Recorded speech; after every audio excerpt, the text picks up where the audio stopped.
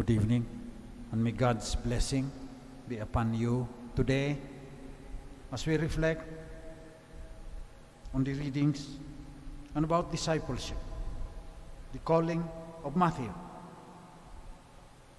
Jesus just passed by and he was sitting. He was a tax collector, hated by the Jews. And Jesus said to him, "Follow me." And he got up and followed him. The cost of discipleship. It's not easy to follow Jesus. Matthew 16:24. If anyone wishes to become a disciple, let her deny herself, take up her cross, and follow me. So three things. First is the wish, the commitment to follow, to become a disciple. That is the first requirement. You have to be committed, resolute, determined. Because you will be tested. The second requirement is self-denial, which is very difficult for us to do because we are sinners and we are self-centered. I, me, mine. We are born narcissists. We think only of ourselves. Commitment, self-denial, and the third is take up our cross daily. Iba-iba ang cross natin. But make sure that your cross is not because of your fault, because you are sinful. Tanggalin mo muna yung sins mo. Pag may cross pa rin, galing na sa Diyos yan. And once you follow this requirement, you will know where God will send you. In the gospel today, Jesus ate with tax collectors and sinners. Yung kinasusuklaman ng mga Pharisees dahil mga makasalanan, public sinners ang tawag. Doon Jesus. Sinusunod kaya natin yun? That is why if we follow him, we have to go to the poor. Catholic social teaching said, preferential option for the poor. Because Jesus commanded that.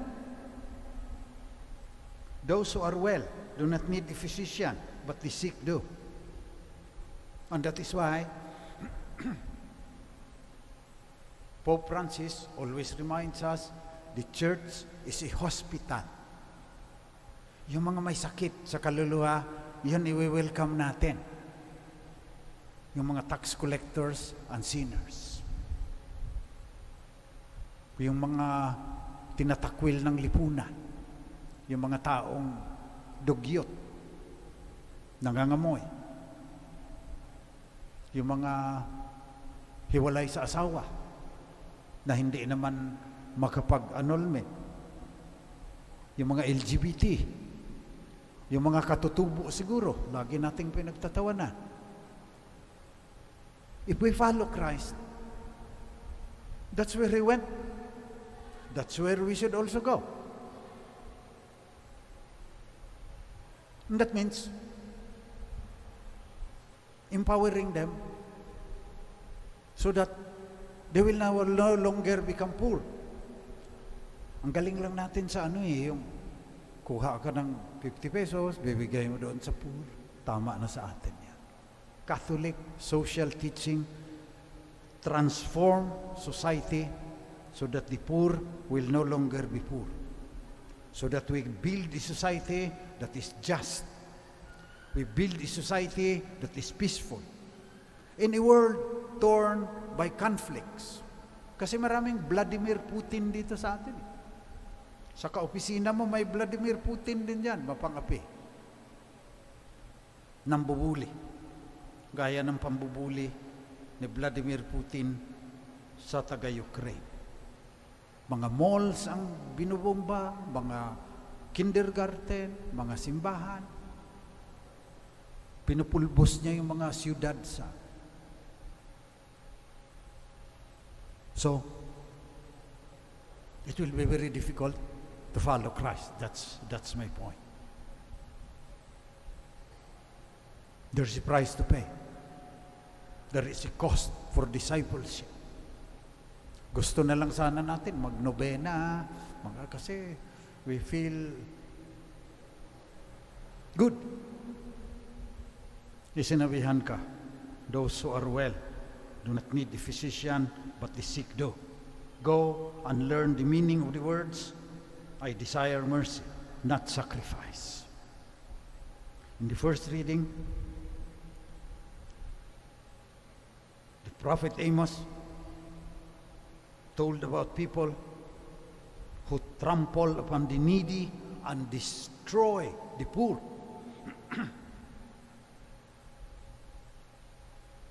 Cheat. Prophet above all.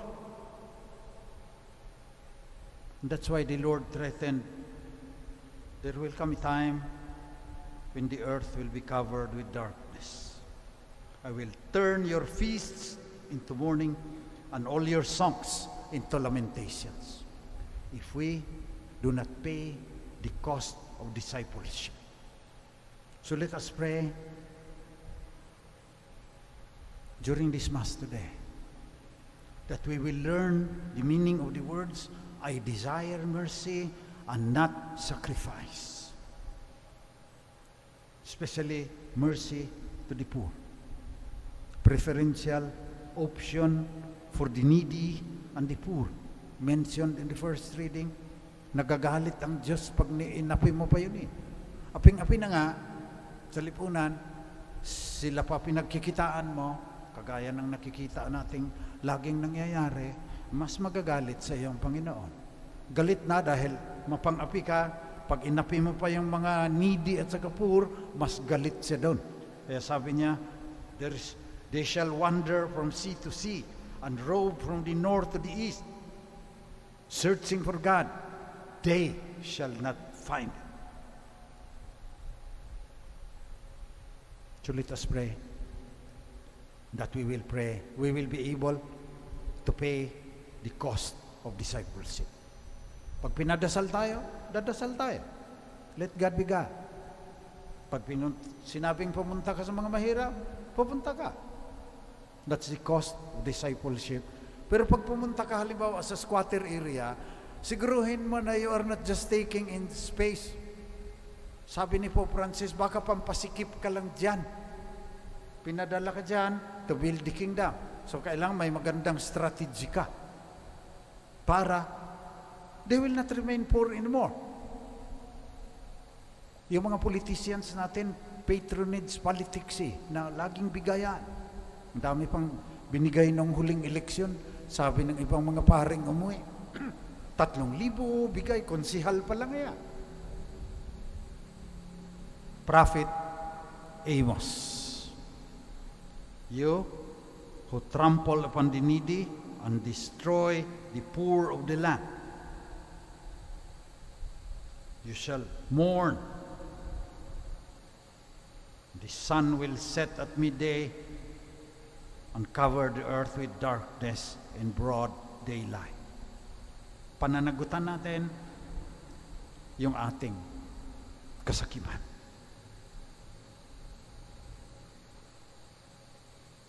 As we proceed to celebrate the Eucharist, after celebrating the liturgy of the Word, let us pray that like the bread and the wine, we will also become Eucharistic persons, modeled by the heart of Jesus that was pierced with the lance, crowned with thorns, but burning with love for us, especially for the poor and the needy. So just like the bread and the wheat and the grape, we are gathered. Lagi ko nang sinasabi, we are blessed. But we are broken. Pay the cost of discipleship. Then we are given to the world, especially to the poor and the needy. I did not come to call the righteous, but sinners.